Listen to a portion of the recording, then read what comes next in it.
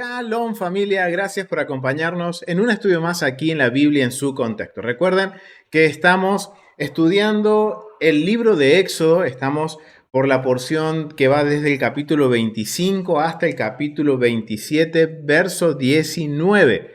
Y la porción de esta semana es un poquito particular esta semana, porque vamos a ver que en estos capítulos, desde el capítulo 25, verso 1 al capítulo 27, verso 19, se nos empieza a dar las instrucciones del santuario, del Mishkan, de ese lugar donde el Eterno quiere habitar, ese lugar donde el Eterno dice que Él quiere habitar entre medio de su pueblo. Y obviamente, esta porción, si no tenemos en mente que es necesario estudiar el templo, muchas veces esta porción puede pasar por encima o que muchas veces no hay mucho para aprender o para sacarle como el jugo a esta porción. Pero ¿saben qué, familia? Hay mucho por aprender, hay mucho que podemos hasta llevar a nuestras vidas de esta porción que nos está hablando sobre lo que es la estructura del santuario, de la casa de Dios, la casa de el Eterno. Entonces, antes de empezar, yo quiero hacerles una pregunta, porque al estudiar estos capítulos,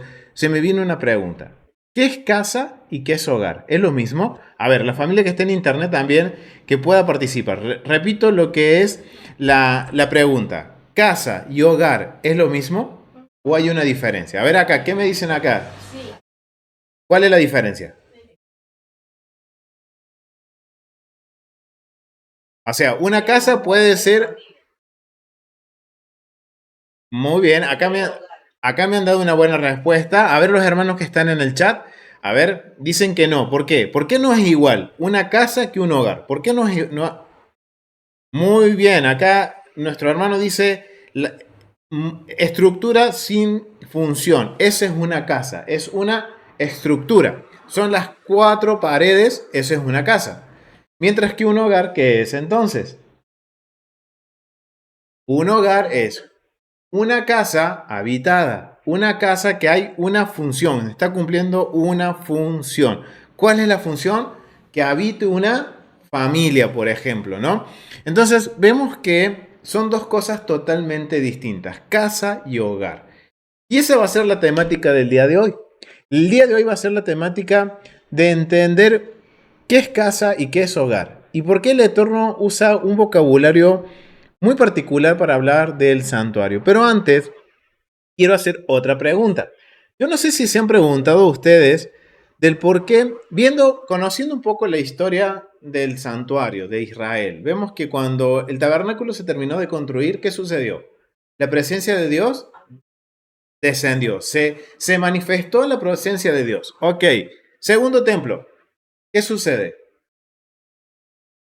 En el primer templo, en la construcción del primer templo de Salomón, que lo construye Salomón, ¿qué sucede? Desciende la nube, desciende la presencia.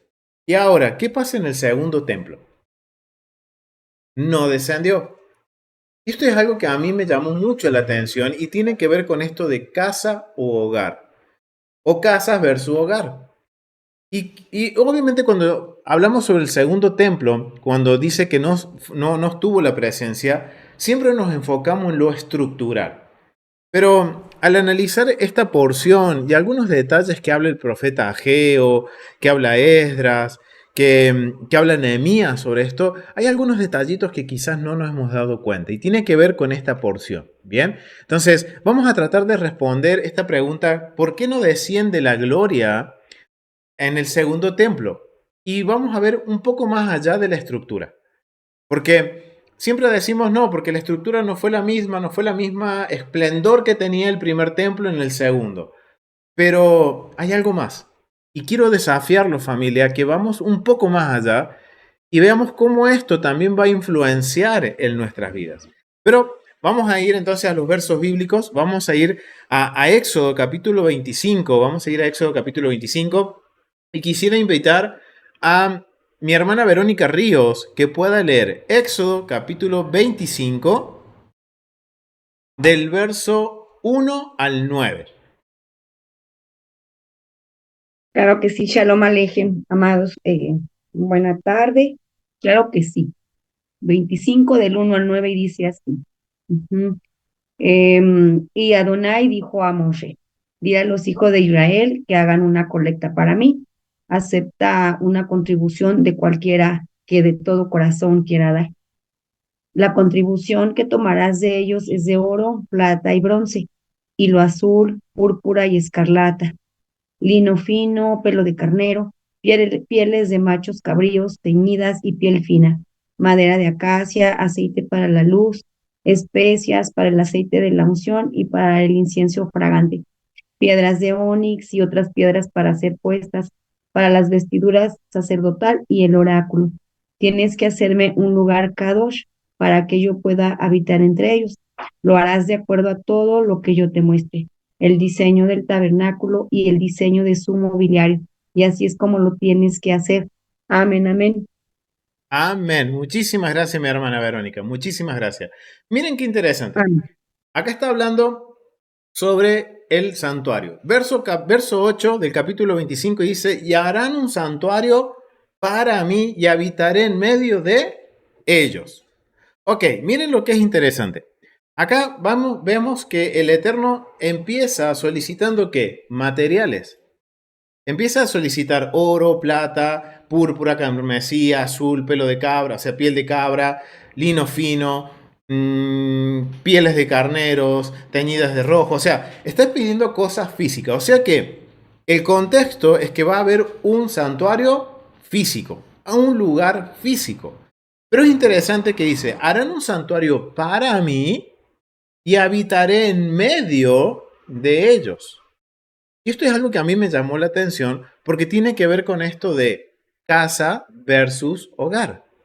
En donde él está diciendo, construyan una casa para que yo pueda habitar en medio de ellos. Pero hay algo que ahí como que no va, ¿no? Porque dice, construyan una casa para mí, pero yo habitaré en ellos. Si se supone que se construye una casa para él, ¿no sería para que él habite en esa casa? Esa es una gran pregunta. Porque si él pide construir una casa, ¿para qué es? Para que Dios habite, ¿no es cierto? ¿Y por qué dice, y habitaré en medio de ellos? Miren lo que dicen los sabios. Les voy a compartir aquí lo que dicen los sabios con respecto, esto está en el Humash, es un comentario de los rabinos, que dicen lo siguiente. El verso 8 dice, y harán para mí un santuario y moraré dentro de ellos. Miren, en el hebreo es un poquito como que, o sea, hagan una casa para mí, pero yo voy a morar entre medio, dentro de ellos. ¿Ellos quiénes son? Es el pueblo. ¿Cómo es esto entonces que quiere? Construyen una casa para mí, pero yo voy a habitar dentro de ellos. Miren lo que nos enseñan los sabios. Dice, al decir dentro de ellos y no dentro de él, o sea, del santuario, indica que la intención de Dios es estar dentro, miren, dentro del corazón de cada uno de los Yehudim, de los israelitas. Uy, aquí, miren, voy a marcarlo de vuelta. Dice, ¿cuál es la intención? Miren lo que entienden los sabios. La intención de decir, hagan una casa para mí, pero él va a habitar en esa casa, pero la intención original de Dios es que Dios esté, perdón aquí, ahora sí, dice que Dios esté en el corazón de cada uno de los Yehudim, de los judíos. Principalmente acá recuerden que no había judíos, o sea, estaban los judíos que eran parte de las tribus. Está hablando de Israel. O sea, ¿qué quiere Dios? Que el pueblo construya un santuario, una casa para él, pero su intención es que él va a habitar en el corazón de cada uno de los israelitas, cada uno del pueblo, ¿ok? Es algo como un poquito confuso, ¿no? Pero esto tiene un propósito. Y esto es lo que yo quiero que podamos indagar. Y esto nos va a dar el por qué el segundo templo dice que los sabios y los jueces lloraron cuando se construyó. Y hay algo más en esto. Y entonces yo quiero que tengamos esto en mente, porque dice que ¿dónde quiere morar el Eterno? Dentro del corazón de cada uno. Ahora bien, vamos a Éxodo capítulo 25, verso 1 y 2. ¿Qué dice el verso 1 y 2? Dice que Adonai habló a Moisés, Dios habló a Moisés diciendo, dile a los hijos de Israel que tomen para mí una ofrenda. Ahí es terumá. que significa un donativo, una contribución. ¿Bien? ¿Qué dice? Pero miren lo que dice. ¿La tomarán de quién? De todo varón. Ok, ¿qué quiere decir esto de todo varón? Esta ofrenda, esta contribución, ¿la podía llevar cualquier persona? ¿Quién tenía que llevarla? Un varón, todo varón. Vamos a poner todo varón. Al que quisiera donar, ¿podía donar? Sí, eso es lo que está diciendo el texto. Dice que todo varón que quiera donar puede llevarlo. Pero ¿saben qué? Aparece un pequeño pero. Hay un pero. ¿Cuál es ese pero? Hay una pequeña condición que el Eterno dice, ok, dile al pueblo que todo el pueblo puede traer un donativo para mi santuario. Pero hay un pero. ¿Cuál es ese pero? ¿Ese por qué? Hay una condición, exactamente, gracias amor. Hay una condición. ¿Cuál es esa condición? La condición es de voluntaria y de corazón. ¿Qué está queriendo decir esto el Eterno? Miren, hay algo bien interesante en esto porque el Eterno empieza pidiendo primero una ofrenda. La instrucción es pedir una contribución, un donativo, que sea voluntario y que las personas den de acuerdo a lo que hay en su corazón.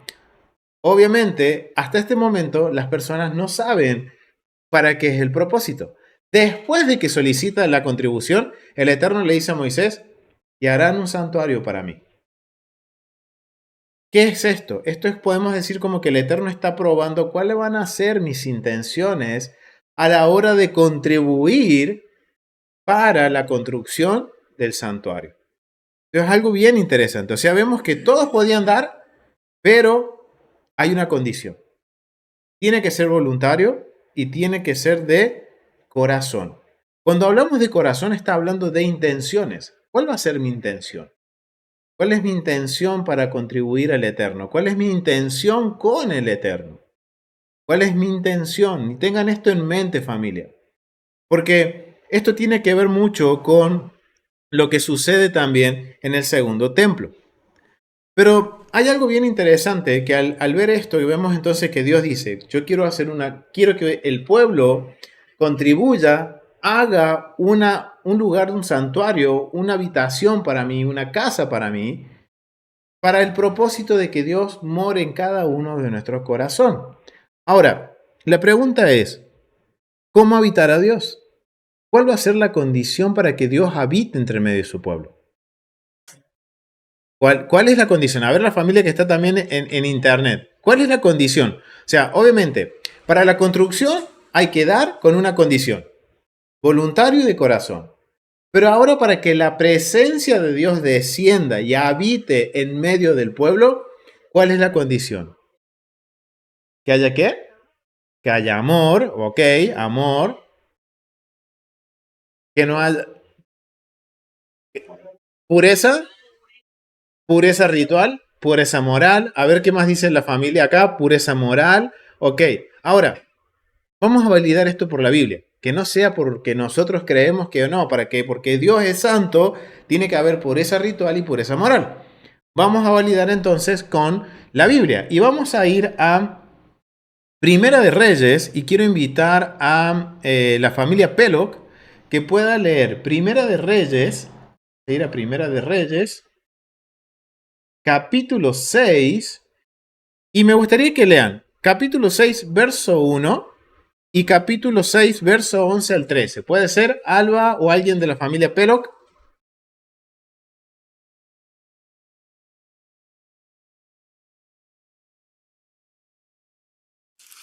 Amén, pastor. Verso 1, Alba, verso 1. Sí, ¿me podrá dar un segundo? Sí, sí. Ahí está. 6, solo verso 1, ¿verdad? Primero. Por ahora sí, Alba, por ahora sí. Fue a mediados de la primavera, en el mes de Sif, durante el 4º año de su reinado, que Salomón comenzó a construir el templo del Señor. Habían pasado 480 años desde el día en que el pueblo de Israel fue rescatado de su esclavitud en la tierra de Egipto. Amén. Amén. Vamos a quedarnos ahí un ratito, Alba, yo te hago leer los otros versos.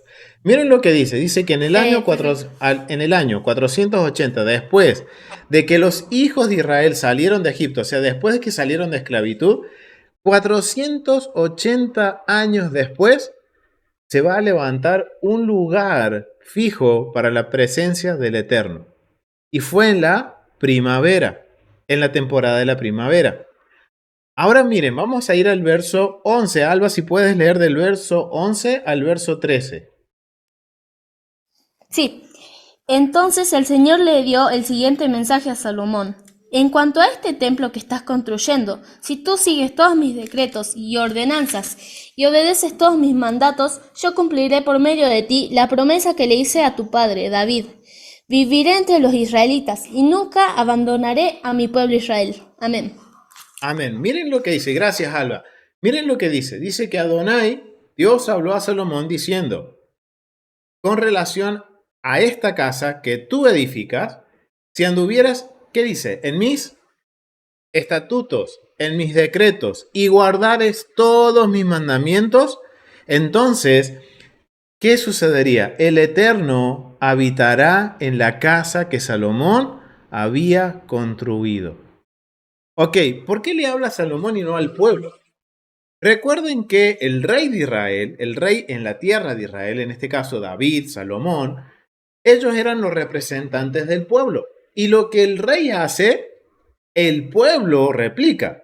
Si el rey guarda los mandamientos de Dios, por resultado, el pueblo va a guardar los mandamientos de Dios. Y esto yo los invito a que lean el libro de Primeras y Segunda de Reyes y vean los distintos reyes que reinaron en casa de Israel y casa de Judá, en donde vamos a ver que hay reyes buenos y reyes malos. ¿Y qué sucede? Cuando el rey es malo, o sea, malo quiere decir que el rey no guarda los mandamientos, hace su propia voluntad, ¿qué sucede con el pueblo? Hace también su propia voluntad, hace lo que quiere. Pero cuando hay un rey que obedece a Dios y que sigue el camino del rey David, ¿qué sucede con el pueblo? Se alinea con la voluntad de Dios. Y es por eso que el Eterno le está hablando a Salomón diciendo, si guarda los mandamientos. Y esto es porque, recuerden, hay un contexto. El vocabulario es, si el rey guarda los mandamientos, el pueblo guarda los mandamientos. Entonces eso genera que la atmósfera, las condiciones para que la presencia de Dios habite dentro del templo. Ahora vemos que las condiciones de pureza ritual y pureza moral están relacionadas con ¿qué?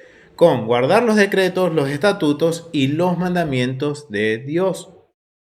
Y esto es algo que quiero que tengamos en mente, porque esto nos va a servir como base para entender lo que sucede con el segundo templo.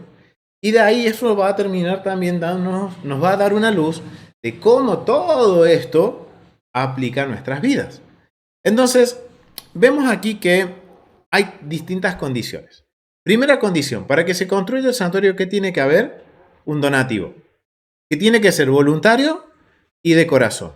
Cosa que sucedió en la época de Salomón, porque no solo David deja grandes riquezas para la construcción del templo, sino que también el pueblo dio abundantemente para la construcción del templo.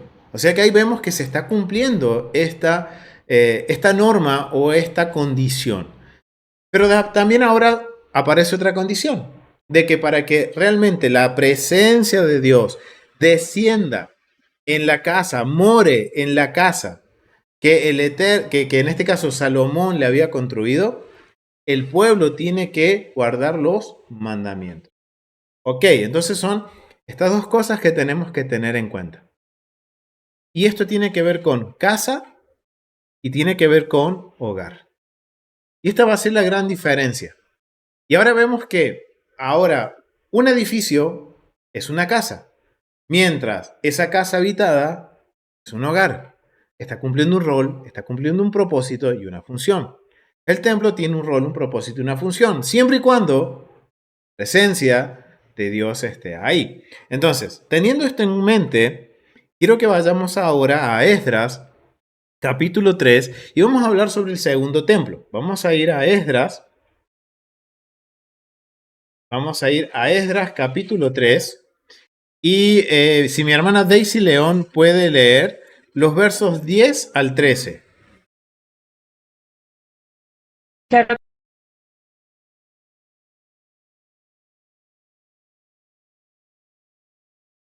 Dime, hermana, ahí puedes leerlo. A ver, ahí te doy paso con el micrófono. 3 del verso 10 al 13.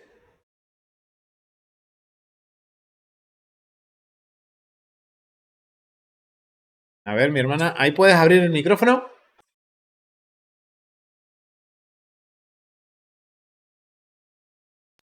Perdóname, ¿me dices que es Esdras 3? Esdras 3 del verso 10 al verso 13. Ok. Me dice, colocaron los cimientos del edificio del templo de Yahweh, se pusieron de pie los sacerdotes con sus vestiduras y tomaron los cuernos de carnero y los tocaron, y los levitas, hijos de Asaf, tocaron las trompetas en alabanza a Yahweh según las instrucciones de David, rey de Israel. Luego se postraron en acción de gracias y en alabanzas a Yahweh, porque Él es bueno y para siempre es su misericordia para con Israel. Y todo el pueblo prorrumpió en gritos de gran júbilo en alabanza a Yahweh por la conclusión del templo de Yahweh. Y muchos de los sacerdotes, de los levitas y de los patriarcas más ancianos, quienes habían visto este templo en su primera gran gloria, lloraron en alta voz cuando concluyeron este templo, mientras muchos otros levantaban sus voces acompañados con trompetas y con danzas. ¿Hasta el 13 me dices? Sí, verso 13, mi hermana. Listo. De modo tal que el pueblo no podía distinguir el sonido de las trompetas, pues aunque la gente tocaba las trompetas con gran jubilicio, el clamor del llanto se oía desde lejos. Amén. Amén. Muchísimas gracias. Miren lo que sucede en el segundo templo.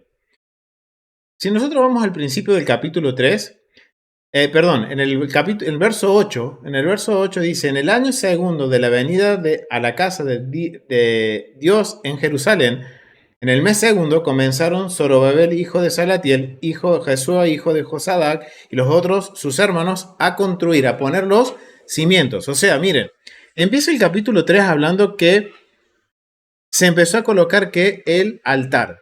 A los 2 años de haberse levantado el altar, recién en los versos 10, o sea, entre los primeros versos de Esdras capítulo 3 y el verso 10, van a suceder que 2 años. Hay 2 años de diferencia. Y recién a los 2 años de diferencia, o sea, a los 2 años de ya estar el altar en funcionamiento, dice que empezaron a echar los cimientos del templo, de los edificios del templo, en donde dice que se hizo una gran fiesta, en donde la gran mayoría dice que se regocijaban, estaban gritando de júbilo, alababan, danzaban, hacían cánticos y echaban mientras echaban los cimientos de la casa de Adonai. Pero miren lo que sucede aquí. Ahora dice que los sacerdotes, los levitas y los jefes de la casa paternas, dice que ellos empezaron a quebrar en llanto. Dice que ellos empezaron a llorar en gran voz mientras los cimientos de la casa eran echados. Mientras que otros daban muchos gritos de gloria, de gritos de alegría, grandes gritos, a tal punto que no se podía distinguir quiénes lloraban de angustia y quiénes gritaban de alegría. O sea, como que era todo, se escuchaba como todo lo mismo. Ahora, ¿ustedes no se preguntaron por qué lloraban estos sabios, estos levitas y los sacerdotes? Acá dice, miren, los cimientos. Y miren, vamos a ir a la Biblia, vamos a validar por la Biblia, vamos a validar por la Biblia. Yo quiero que vayamos y validemos por la Biblia.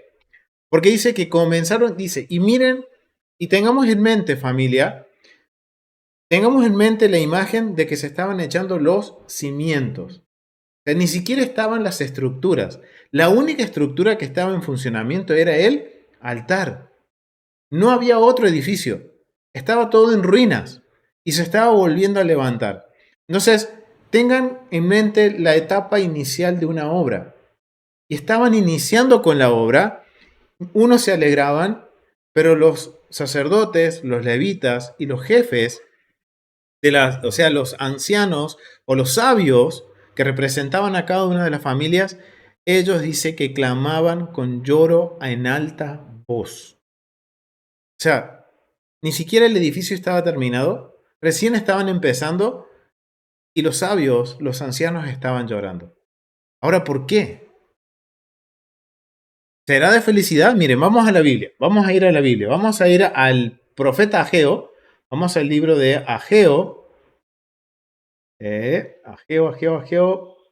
Ageo, capítulo 2, y vamos a leer lo que dice el verso 3. Miren lo que dice el verso 3.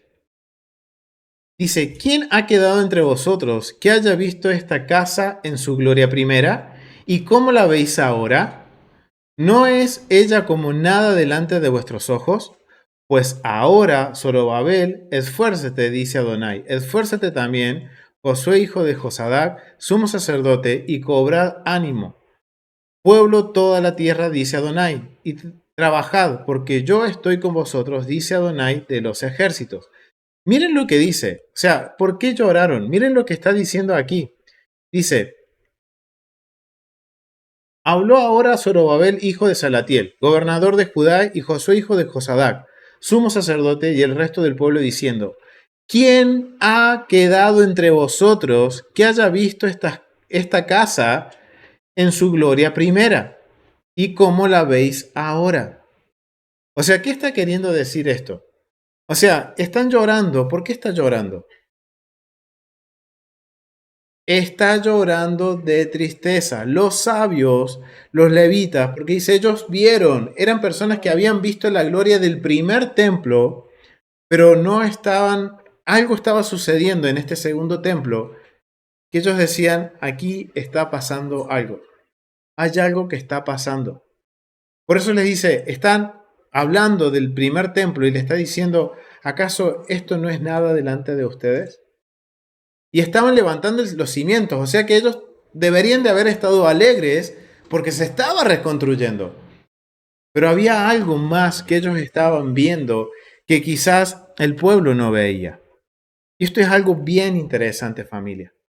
Porque el profeta Ageo es uno de los profetas que estuvo de alguna forma también contribuyendo a la construcción del templo. Vamos a volver al libro de Esdras y quiero que leamos, al libro de Ageo, vamos a ir al libro de Ageo capítulo 1 y vamos a entender por qué estos sabios estaban llorando. Había algo más, familia. Había algo más que de que la estructura no era como la primera, sino que había algo más. Y ese algo más, el profeta Ageo recibió palabra de Dios, por la cual el profeta exhorta al pueblo de eso algo más que estaba faltando. Recuerden que todo esto está involucrado, ¿qué? El corazón, las intenciones. Entonces quiero que vamos al capítulo 1 de Ageo. Vamos al capítulo 1 de Ageo y quiero invitar a mi hermana Ofelia Lidia que pueda leer de Ageo capítulo 1 del verso 2 al verso 11. Sí, Shabbat Shalom, buenas tardes a todos, muchas gracias. Bueno, vamos a leer del 2 al 11, ¿verdad? Sí, mi hermana. Así ha hablado Hashem de los ejércitos, diciendo, este pueblo dice, no ha llegado aún el tiempo de que la casa del Eterno sea reedificada. Entonces vino palabra del Eterno por medio del profeta Ageo, diciendo, es para vosotros tiempo, para vosotros de habitar en vuestras casas artesonadas, y esta casa está desierta.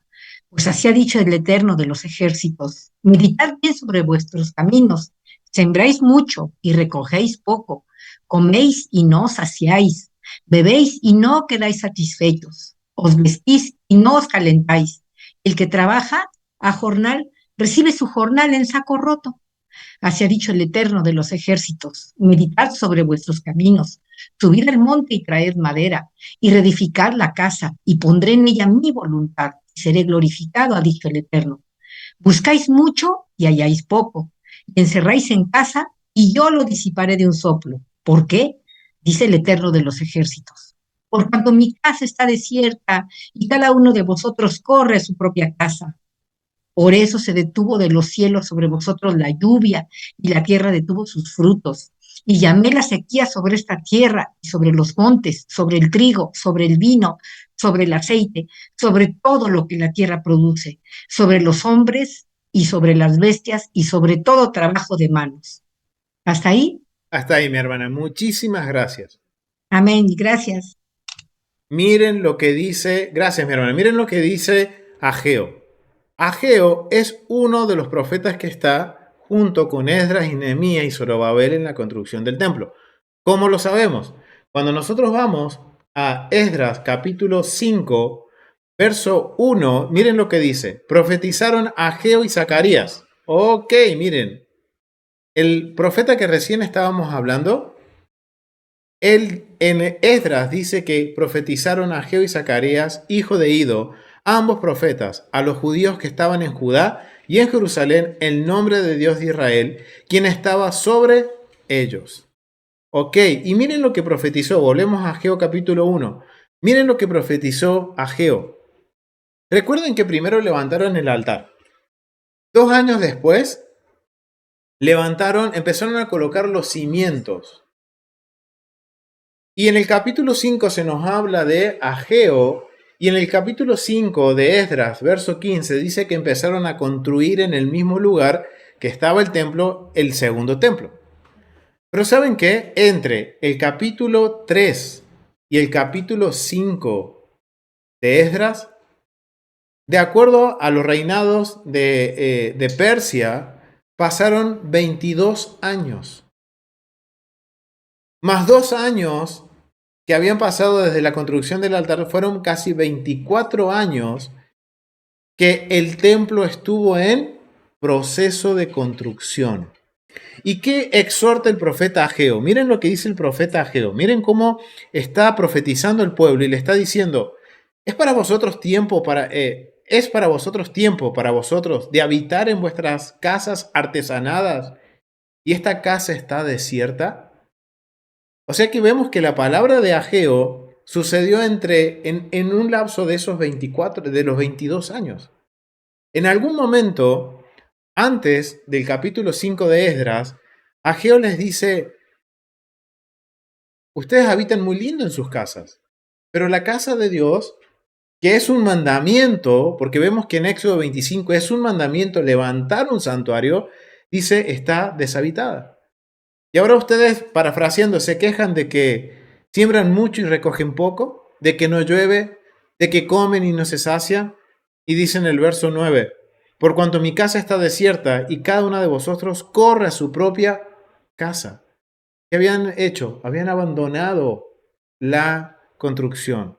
Ok, meditemos en esto. Si el Eterno pide que tengamos un corazón, que demos voluntariamente de corazón, y que con nuestro deseo, nuestra voluntad es que para que él esté entre medio de nosotros, que guardemos los mandamientos. Entonces, si yo guardo el mandamiento, voy a querer que haya una casa, ¿no es cierto? Construir una casa. ¿Cuál era el corazón de estos que habían regresado de Babilonia? No estaba la intención. Ahora vemos que no es solo la edificación, sino que también es que no está la intención correcta de que haya una casa. ¿Por qué lo están levantando? Por lo que estamos viendo, por compromiso. Porque como me apretó el bolsillo, como me vinieron las maldiciones por la desobediencia, entonces voy a correr a levantar el templo. Ahora entendemos que los sabios estaban ya desde los cimientos viendo que faltaba algo en la construcción del templo. ¿Qué estaba faltando? El corazón del pueblo. No se registra aquí que el pueblo daba, sino que es más, se registra que el pueblo había dejado de dar y que los levitas tuvieron que irse a trabajar fuera porque no recibían su sustento. O sea que el pueblo no contribuía con sus donativos, ni tampoco tenía la intención correcta de levantar el templo. Miren lo que dice Nehemías. Vamos a ir al libro de Nehemías. Vamos a ir al libro de Nehemías y vamos a ir al capítulo 13, del verso 10 al 12, y quisiera que mi hermana Verónica Ríos pudiera leerlo. Claro que sí, pastor. Nehemías capítulo 13, Del 10 al 12. perfecto. Del 10 al Al 12, 14 vamos a leer. del 10 al 14. Dice, también supe que las porciones para los Levín no se les había dado a ellos. Así que los Levín y los cantores que se suponía que estaban haciendo el trabajo se habían ido, cada uno a su propio campo. Yo luché contra los jefes, demandando, ¿por qué está la casa de Elohim abandonada? Reuní a los Levín y los restauré a sus estaciones. Ay, qué fuerte. Y todo Yahudá les trajo la 10ª parte del grano, vino y aceite de oliva a los almacenes.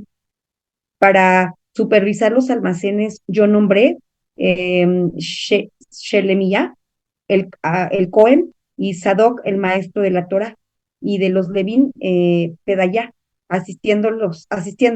Estaba Anán, el hijo de Zacur, el hijo de Matayá, porque estos eran considerados confiables. Su deber era hacer la distribución a sus hermanos. Mi Elohim, acuérdate de mí por esto. No borres mis buenas obras, las cuales he hecho para la casa de mi Elohim y para su servicio. Amén, amén. Amén. Muchísimas gracias, mi hermana. Miren ahora lo que dice Nehemías. Recuerden, Esdras, Nehemías, Ageo son contemporáneos. Todos están en la misma línea del tiempo. Todos están en el mismo contexto de la reedificación del segundo templo. Y miren lo que dice Nehemías. Dice, encontré asimismo que a los levitas no se les estaba dando la porción. O sea que el pueblo había dejado de contribuir a la obra. ¿Y los levitas qué tuvieron que hacer? Volver a sus oficios antiguos cuando el templo no estaba, cuando estaba destruido. ¿Y qué hizo Nehemías? Dice que él restauró a los levitas, restauró y como que fue y le dijo al pueblo, ok, familia de ustedes, ¿qué parte no entendieron? Hablando simple, en criollo. ¿Qué parte no entendieron? ¿Por qué sus padres fueron llevados a Babilonia? Por la desobediencia. El pueblo estaba haciendo exactamente lo mismo. Se estaban oprimiendo a ellos mismos. No solo eso, sino que habían dejado de contribuir a la obra. No solo eso, que dice, miren lo que se pregunta, dice, ¿por qué está la casa de Dios abandonada? Y los reunió y los puso en sus puestos. O sea, habían abandonado la casa de Dios una vez más. Todo esto nos está mostrando el corazón del pueblo. La intención del pueblo. ¿Cuál fue la intención del pueblo? Sí, muy lindo, volvieron a la tierra. Es más, cuando vuelven de Persia, no solo de Babilonia, no volvieron todos los de la casa de Judá. Solamente volvió un 5%. Mientras que el otro 95% se quedó cómodo en donde estaba. Y este 5% que volvió, que se supone que volvía con gozo, con alegría, porque había vuelto a la tierra prometida, vemos que su intención no era guardar los mandamientos. Su intención no era que Dios habite entre medios de ellos. Entonces, lo que los sabios estaban viendo cuando se echaron los cimientos, ¿será posible que ellos estaban viendo que no todos querían que el templo se levantara? ¿No será posible que los sabios veían que no todos obedecían los mandamientos? Y es por eso que los levitas, los sacerdotes y los ancianos, o sea, podríamos decir como la Corte Suprema de Israel, al ver la condición del pueblo, ellos decían, por más que levantemos las paredes, la presencia de Dios no va a estar. ¿Por qué? Porque un poquito, ¿será posible que solamente un remanente muy pequeño quería que realmente la casa de Dios estuviera en su máxima gloria? Y vemos que sí, porque está hablando solamente de los sacerdotes, de los levitas y de los ancianos. No todos estaban dispuestos a obedecer los mandamientos, o sea que un pequeño remanente estaba dispuesto en obedecer. ¿No será posible que fue esa la causa por la cual el segundo templo no fue un hogar, sino que fue una estructura? En donde la manifestación de Dios no se vio la nube de gloria que descendió en el tabernáculo y en el primer templo. Y vemos que se hicieron las cosas, podríamos decir, conforme al modelo, porque Esdras capítulo 5, verso 15 dice que en el mismo lugar donde se levantaron los edificios, se levantaron por segunda vez los edificios. Pero a pesar de eso, la gloria de Dios no descendió. Quizás el edificio estaba, pero ¿qué es lo que estaba faltando? El corazón del pueblo, la intención del pueblo. ¿Cuál era la intención del pueblo? Y eso es algo bien interesante, familia, porque esto me hace pensar mucho en lo que hoy está pasando. No muchos quieren que el templo sea construido. Y estoy hablando dentro de los creyentes en el Mesías, creyentes en el Dios de Abraham, Isaac y Jacob, en el Dios de Israel. No muchos quieren. No muchos quieren tampoco obedecer los mandamientos de buena voluntad. Muchos obedecen porque, bueno, toca hacerlo, o no, porque, bueno, estoy dentro de un grupo que guardan los mandamientos de Dios, entonces, bueno, me toca hacerlo. Entonces empiezo con la listita, empiezo mandamiento 1, check, mandamiento 2, check, mandamiento 2, listo. ¿Dónde está mi intención? ¿Dónde está mi intención? ¿Realmente lo estoy haciendo porque realmente yo quiero que Dios habite en medio de nosotros? ¿O prefiero huir y esconderme en mi casa y no asumir compromisos? Esto me hace acordar lo que hablábamos con mi hermano Aldo unos días atrás. Que si yo no quiero que el templo sea reedificado, entonces no quiero que el Eterno habite en medio de nosotros. O sea que yo quiero, es decir, yo quiero todos los beneficios de Dios, que me bendiga, que me cuide, que me prospere, que me abra puertas, que me aleje a los enemigos. Amén por eso. Pero si yo después digo, no quiero nada con los mandamientos, no quiero nada con el templo, no, que no lo levanten, mejor que no lo levanten. ¿Saben qué, familia? Estamos diciendo de alguna forma que no queremos compromisos. No queremos tener una relación con Dios. ¿Y saben qué? Se me viene a la mente las palabras de Pablo. Primera de Corintios, capítulo 13. Alba, ¿puedes leerlo? Vamos a ir a Primera de Corintios. Vamos a ir a Primera de Corintios, capítulo 13. Capítulo 13, del verso 2 al 3. ¿Puedes leerlo, Alba? Sí. Si tuviera el don de profecía y entendiera todos los planes secretos de Dios y contara con todo el conocimiento, y si tuviera una fe que me hiciera capaz de mover montañas, pero no amara a otros, yo no sería nada. Si diera todo lo que tengo a los pobres y hasta sacrificara mi cuerpo, podría jactarme de eso, pero si no amara a los demás, no habría logrado nada. Amén. Amén. Miren lo que dice Pablo. Miren lo que está hablando Pablo. Dice, si tuviese profecía, si entendiese los misterios más profundos de la humanidad, de las escrituras, pero si no tengo amor, ¿de qué me sirve? Amor podemos definirlo como intención. Amor, corazón, está todo dentro de la intención. Si yo no hago con la intención correcta, ¿de qué me sirve? Dice Pablo, puedo entregar hasta mi propio cuerpo y ser quemado. Pero si yo no tengo la intención correcta, la intención de que Dios habite entre medio de nosotros, que Dios pueda habitar en medio y en mí, porque dice Dios, yo quiero habitar en medio de mi pueblo y quiero habitar en ellos. O sea, no solo Dios se limitaba a habitar dentro del tabernáculo, sino que también Él quería habitar en cada uno de nuestros corazones. Pero si yo no tengo la intención correcta, ¿de qué me sirve? ¿De qué me sirve saber los misterios? ¿De qué me sirve profetizar? Miren lo que me llamó mucho la atención, es la frase que dice, y si tuviese toda la fe del mundo, de tal manera que trasladase los montes y no tengo la intención correcta, ¿de qué me sirve? Yo puedo tener toda la fe, yo creo en Dios con todo mi corazón, con toda mi mente, pero la intención no es la correcta, ¿de qué me sirve? Por más que mueva montañas, que haga señales y prodigios, ¿de qué me sirve? Si por otro lado yo estoy diciendo, no quiero un compromiso con Dios, no quiero que se levante el templo, no quiero que Dios habite en medio de nosotros. Eso sí, yo quiero las bendiciones. ¿Será posible que era eso lo que estaban viendo los levitas, los sacerdotes y los ancianos de Israel cuando se echaban los cimientos? Ni siquiera el templo estaba totalmente construido, sino que ya ellos se estaban agarrando la cabeza y diciendo, este pueblo no entendió nada.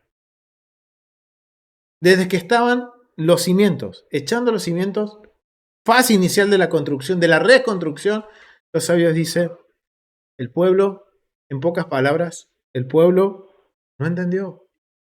El pueblo está más enfocado en sus negocios, en sus casas. La casa del Eterno no. O sea, el pueblo estaba enfocado en ellos mismos, pero no estaban enfocados en buscar una relación con Dios o decir, ok, si hemos vuelto es porque Dios nos trajo hasta aquí. Si tenemos nuestras casas muy bonitas es porque Dios nos dio la provisión para tener nuestras casas. ¿Por qué no ir y a tener la intención de decir, Señor, te agradecemos, una terumá, una ofrenda, un donativo, una contribución sin fines de obtener algo a cambio? Eso es lo que significa terumá. Eso es lo que significa un donativo, una contribución. Dar algo sin esperar que se me dé algo a cambio. ¿Y qué dicen los sabios? Ellos clamaban y lloraban porque, Señor, este pueblo no entendió. Y lo vemos. ¿Cuántas veces Nehemías tuvo que confrontar al pueblo porque vamos a guardar Shabbat, pero cuando guardaban el día de reposo no esperaban que terminara de caer el sol y ya estaban yendo a comprar o estaban comprando y vendiendo en el día de Shabbat? A tal punto que tuvo que Nehemías ponerse firme y cerrar las puertas y tener que amenazar a los vendedores para que no vuelvan en el día de reposo, porque estaban corrompiendo al pueblo. Pero el pueblo tampoco tenía la intención correcta a la hora de guardar el día de reposo. Entonces vemos que la generación de Nehemías, los que volvieron a Jerusalén, no tenían la intención correcta de obedecer, sino que volvieron porque, bueno, está la oportunidad. Volvamos. Ajá. ¿Y la casa de Dios? Pero cuando llegaron y no tenían la intención correcta, dice la hermana, volvieron a la hermana Rosario, dice, volvieron a la tierra que fluye leche y miel. Sí, volvieron, pero como no tuvieron la intención correcta, ¿qué pasó con esa leche y miel? Dejaron de fluir, exactamente. Y entonces ahí recién podemos ver que la motivación para terminar el templo fue ¿por qué? Porque las maldiciones de la desobediencia los afectaron dentro de la tierra prometida. ¡Wow! Eso es increíble, ¿no? O sea, ¿será posible que ese fue el motivo por el cual en el segundo templo no descendió a la presencia del Eterno? Muy posible. No estuvimos ahí, pero por lo que nos relatan las Escrituras, armando el relato bíblico y entendiendo el mandamiento de levantar un santuario. Recuerden que el mandamiento de levantar un santuario no es solo para que yo lleve mis ofrendas, sino que el mandamiento nos dice, los sabios nos enseñan que el templo, el santuario, es un lugar donde voy a purificar mi mente y mi corazón. Es el lugar donde yo voy a poder entrar en relación con el Dios de Abraham, Isaac y Jacob, con el Dios que me ha dado para traerle una ofrenda, el Dios que me ha dado el trabajo, el Dios que me ha dado el negocio, el Dios que me ha dado el auto, el que me ha dado la moto, me ha dado la casa, me ha dado la vida, que cada día Él da su soplo de vida cuando me levanto.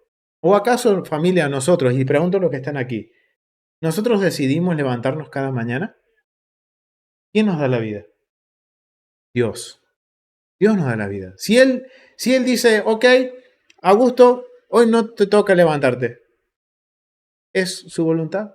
Si Él me dice, ok, es hora de levantarse, por su voluntad. Por más que yo quiera, Él tiene la última palabra. Él me hace que yo cada día me levante y dé gloria a su nombre. ¿Por qué no lo voy a hacer? No voy a estar agradecido de eso. Y yo creo que el problema en el segundo templo fue este. Ahora esto me hace pensar qué sucederá en los días por venir. ¿Qué sucederá en los días por venir cuando se nos diga, llegó la hora de levantar el templo? Llegó la hora de que, ¿usted cree en el Dios de Abraham, Isaac y Jacob? ¿Usted cree en el Mesías? Sí, yo creo. Ok. Hay que guardar este mandamiento, levantar un santuario. No, eso no, eso no es para mí. No. ¿Qué va a pasar? ¿Qué va a pasar con eso? ¿Qué va a pasar con nosotros? Y va a tener que venir el mismo Mesías a decirnos, a zamarrearnos un poquito y decirnos, hey, ustedes creen en mí y guardan los mandamientos porque ustedes me aman y aman a mi Padre. Habría que ver, como dice mi hermana, sí, habría que ver, esperar a ver qué pasa. Pero procuremos de no estar del lado en el cual se nos va a pedir cuentas el por qué no queremos que se levante un templo. Es preferible estar de este lado, de decir, Señor, yo anhelo que se levante un templo. Miren, ahí están las intenciones. Una cosa es decir, ok, bueno, que voy a contribuir porque, bueno, es un mandamiento y hay que hacerlo. Ok, bueno, doy de lo que me sobra.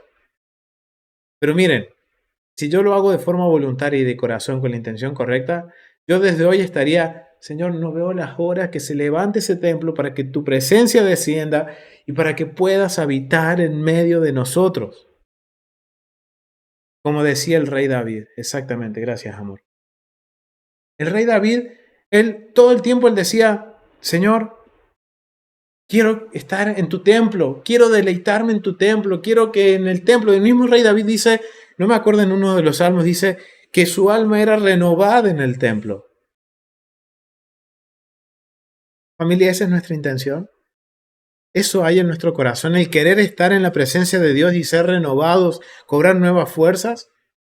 ¿O solamente queremos los beneficios y no queremos el compromiso? Y hoy mi esposa me hizo ver un detalle bien particular. Cuando nosotros hacemos nuestras oraciones diarias, cuando seguimos el protocolo del templo, hay una parte que se llama la amidá, las oraciones que se hacen de pie. Y al finalizar la amidá, hay una oración, permítanme que lo busque acá en las oraciones. Cuando nosotros terminamos la amidá, hay una oración que proclamamos y la decimos en voz alta, que dice lo siguiente. Permítanme que la busque porque finalización del Shaharit, acá está. Miren lo que dice.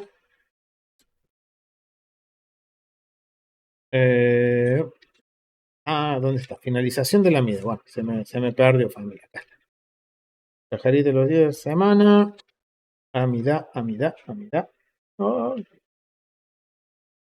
oración. Lo tienes aquí. Acá está. Bueno, acá lo tiene mi esposo, lo tiene acá. Yo no lo tenía. Pero miren lo que dice. Al finalizar las oraciones, dice, sea tu voluntad, oh eterno, Dios nuestro, Dios de nuestros padres, que reconstruyas el sagrado templo prontamente y en nuestros días, y otórganos nuestra porción en tu Torá, para cumplir los estatutos de tu voluntad y servirte con un corazón perfecto. Miren, familia, estamos todos los días haciendo esta oración. Pero ¿saben qué?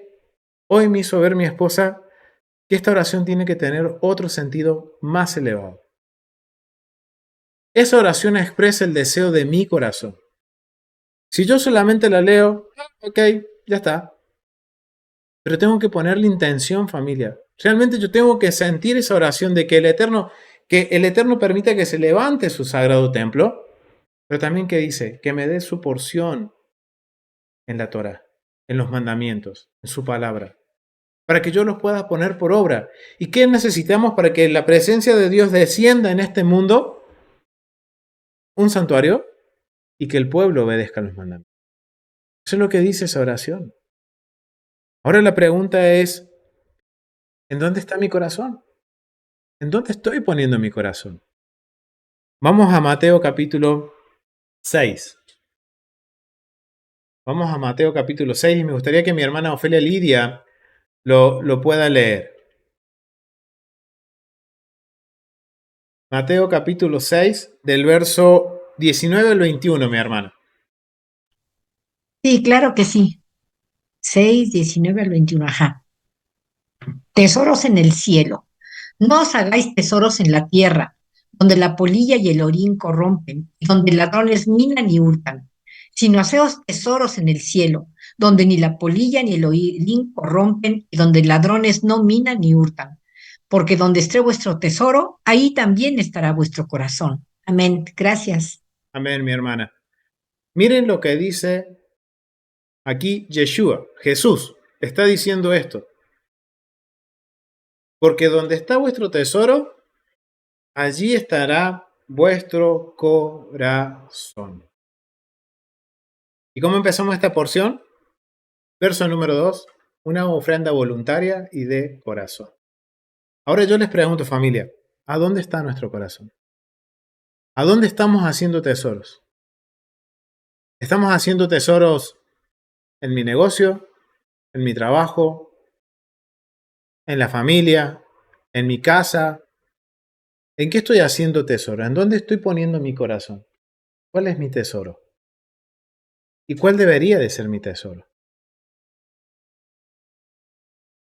El tesoro es buscar es buscar al Eterno.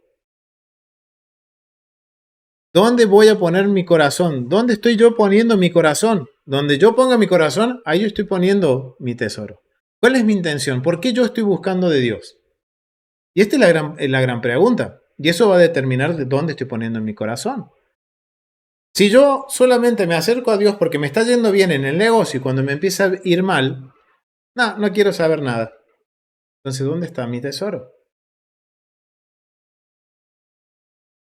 Oh, otra, muy bien. Oh, estoy tan bendecido, me está yendo muy bien en el negocio, en el trabajo, pero no tengo tiempo para orar, no tengo tiempo para estudiar, no tengo tiempo. No, eso no es para mí.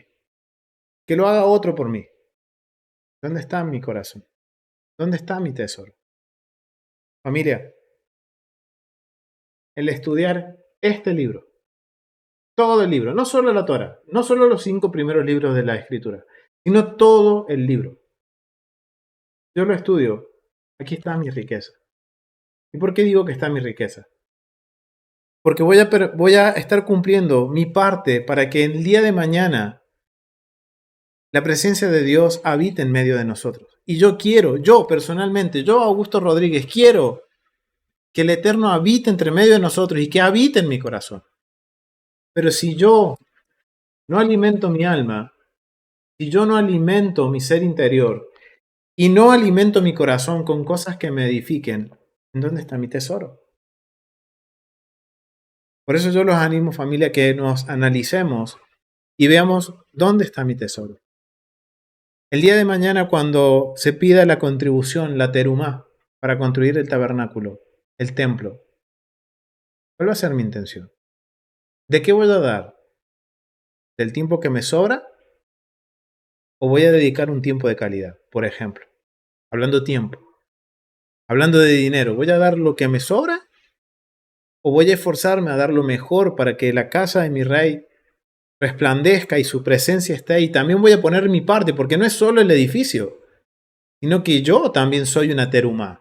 Yo también soy un donativo voluntario y de corazón que voy a ir con la intención correcta, Señor. No importa si me das o no me das. Yo quiero que habites en medio de tu pueblo. Yo quiero que habites en mi corazón. ¿Somos capaces de hacer eso, familia? Algo que tenemos que meditar, familia. Y por eso me incluyo. Porque tenemos, sí, altos y bajos, pero familia, nuestro ascender a la presencia de Dios tiene que ser como el vuelo de la mariposa. Sube, baja, sube, baja, sube, baja, sube, baja, pero nunca desciende, siempre va en ascenso. Pues así tiene que ser nuestra vida. Que vamos a tener días en los cuales me voy a sentir cansado, que no quiero agarrar un libro para leer, que no voy a querer agarrar el sidur para hacer las oraciones porque son muy largas. Ok, pero me tengo que forzar. Algo que hablaba yo esta mañana con un grupo de hermanos. Me tengo que forzar. ¿Acaso, familia, cuando vamos al gimnasio, el primer día no nos duele? Acá dice mi hermana Rocío, yo no sé por qué no voy, pero bueno, a ver, acá, ¿han ido al gimnasio? ¿No? Bueno, ¿ha ido al gimnasio? ¿Duele? Sí, yo he ido al gimnasio, entrené durante varios años, pero al principio me dolían, a los ojos me dolían. Pero como sabía que me hacía bien, continué yendo. Y me dejó de doler, y me empezó a gustar. Familia, nuestra fe es igual. Tenemos que entrenarla. Tenemos que ir al gimnasio de Dios. Este es su gimnasio. Y poner por obra. El poner por obra, como dice Pablo en Romanos capítulo 7. Poner por obra estos mandamientos que quizás no los entiendan, pero cuando los empiezo a poner por obra, esta carne que se inclina al pecado, se inclina a la maldad, este corazón que dice el Eterno que lo conoce muy bien y que va continuamente al mal, cuando yo empiezo a poner por obra cosas que no entiendo, hace que aborrezca la ley del pecado en mis miembros. Es un entrenamiento, familia.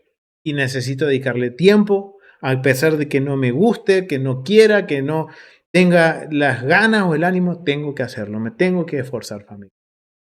Porque de esto va a depender en dónde estoy poniendo mi tesoro. Y Yeshua dice, procuren de ponerlos en un lugar donde el que roba no los alcance. Miren lo que dice, vamos a leer de vuelta lo que dice Yeshua para cerrar. Dice, no hagáis tesoros en la tierra donde la polilla y el orín corrompen y donde los ladrones minan y hurtan, sino haceos tesoros en el cielo, donde ni la polilla ni la orín corrompe y donde los ladrones no minan ni hurtan. Wow, poner los tesoros en el cielo. ¿Sabían que una forma de decirle al templo también era los cielos? Wow, familia. Y si yo estoy poniendo mi tesoro en ese lugar, procurando de que la presencia de Dios habite, voy a tener un gran galardón.